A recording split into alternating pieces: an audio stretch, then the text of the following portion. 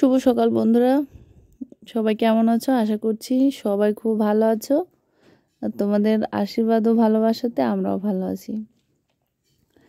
তো নতুন একটা সকালবেলা তোমাদের সবাইকে অনেক অনেক স্বাগত ও ভালোবাসা জানিয়ে দিনটা শুরু করলাম।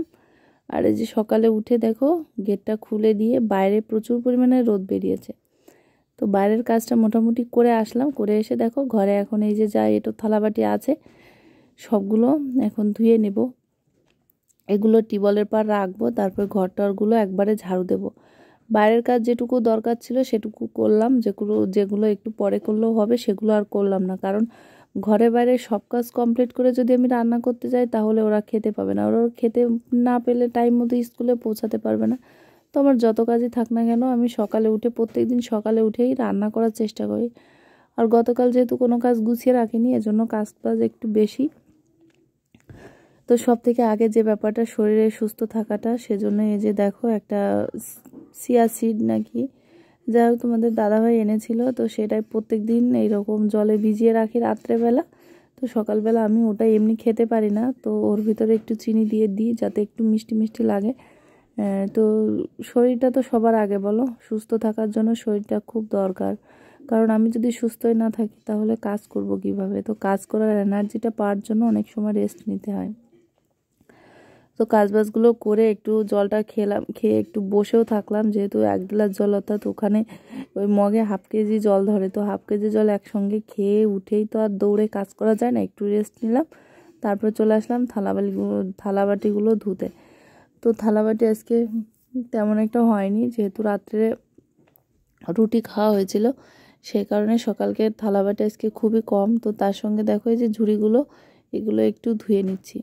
আসলে মেয়েদের কাজ কি বলো তো, রাত্রে যখন ঘুমাতে যায় তখন আমি করি, এখন কে কী করে আমি জানি না। যখন আমি রাত্রে ঘুমাতে যাই তখন আমি মনে মনে ভাবি যে কালকে সকাল তো হবে, তো সকালে উঠে আমি কি কি কাজ করব আর কখন কখন করব সেটা কিন্তু আমি রাত্রে নির্ধারণ করে রাখি।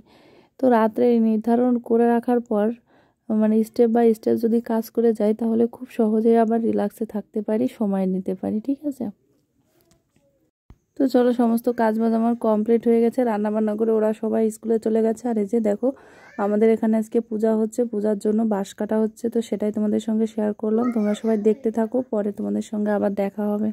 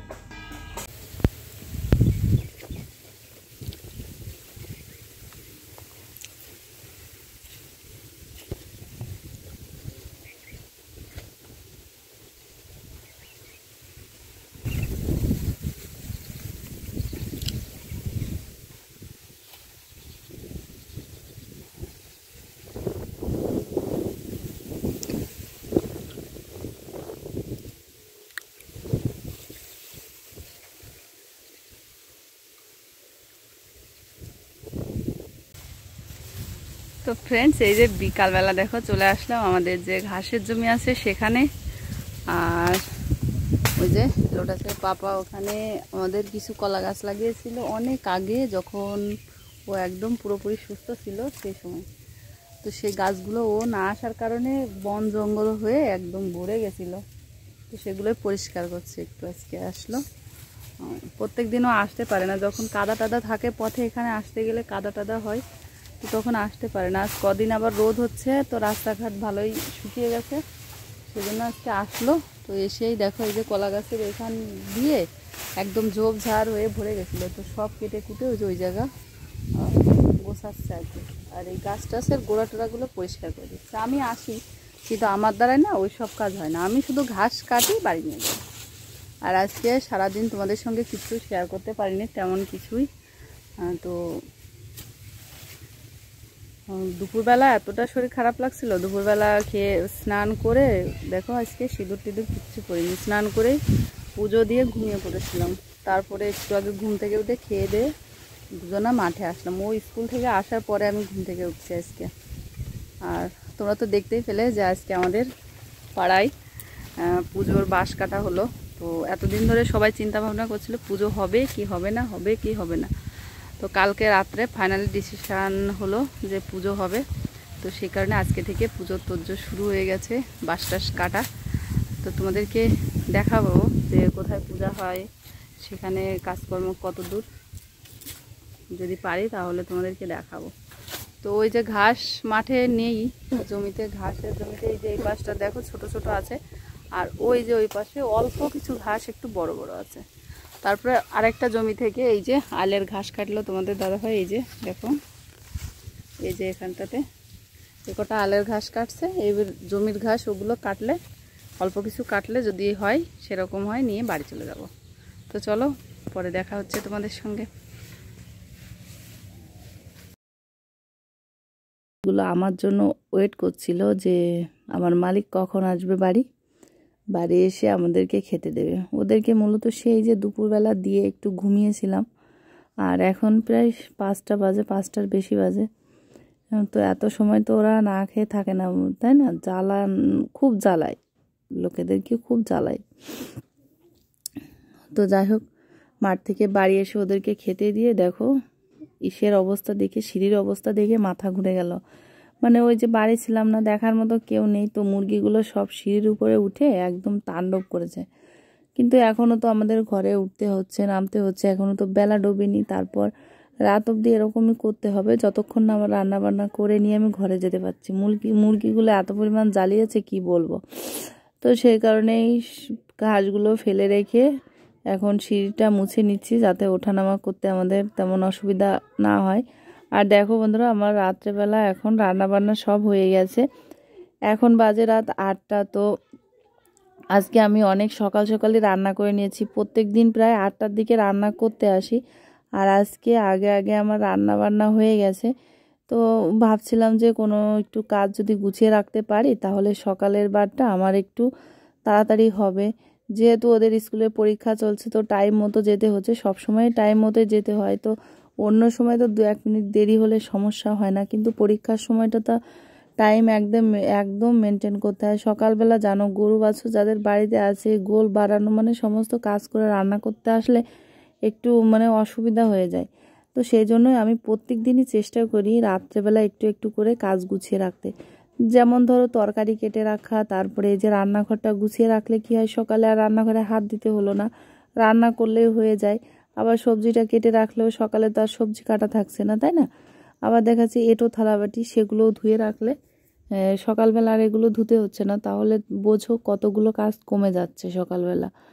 তো সেই জন্য আজকে আমি এই রান্না করার পরে বেশ খানিকটা জিরিয়ে নিলাম, যাতে চুলার পাড়টা শুকিয়ে যায়, মানে আবার ঠান্ডা হয়ে যায়। গরম গরম চুলার পাড় না লেপা পোছা করতে নেই, এটা গুরুজনরা বলে। তো এটা কতটুকু সত্য কতটুকু মিথ্যা আমি বলতে পারবো না, তবে আমিও করলাম না, কাজটা করে লাভ কি বলো।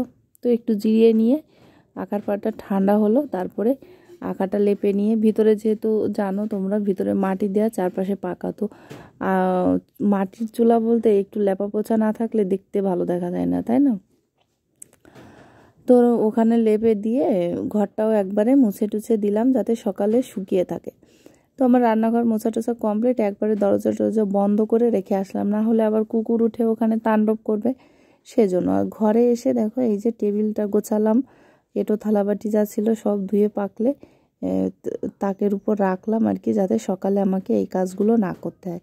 আর না হলে সকালে উঠে এই কাজগুলো পুনরায় আমাকে করতে হবে। এই দেখো রান্নাঘরে এই যে এইগুলো থালাবাটি এখন হয়েছিল, তো এখন ধুয়ে রাখলাম। এই যে হাঁড়িও ধুয়ে উপর দিয়ে রেখেছি। আর টেবিল মানে তাকের উপর তেমন আবল তাবল কোনো কিচ্ছু নেই, সব কিছু মোটামুটি একটা গোছানো মতো আছে।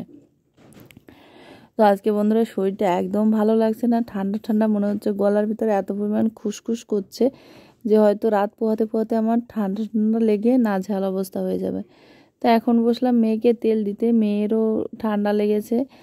ও শরীরটা আজ 2-3 দিন ধরে ভালো না, প্রথমে জ্বর এসেছিলো, তারপরে ঠান্ডা কাশি এগুলো আছে। তো মাথাতে হালকা করে তেল দিয়ে এখন চুল বেঁধে দেবো ঘুমানোর জন্য, যাতে ও ঘুমিয়ে পড়তে পারে। ও ওষুধ খাচ্ছে তো ঘুমটা প্রচুর হচ্ছে, ঠিক আছে। তো চলো কালকে যদি ভালো থাকি সুস্থ থাকি তাহলে আবার নেক্সট একটা ব্লগে তোমাদের সঙ্গে দেখা হবে, কারণ আমার খুবই অসুস্থ লাগছে, মনে হচ্ছে আমি অসুস্থ হয়ে পড়ছি।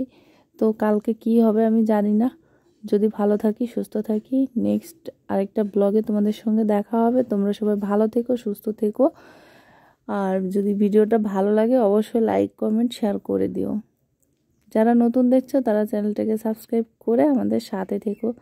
তো সবাইকে গুড নাইট, টাটা জানিয়ে দিলাম।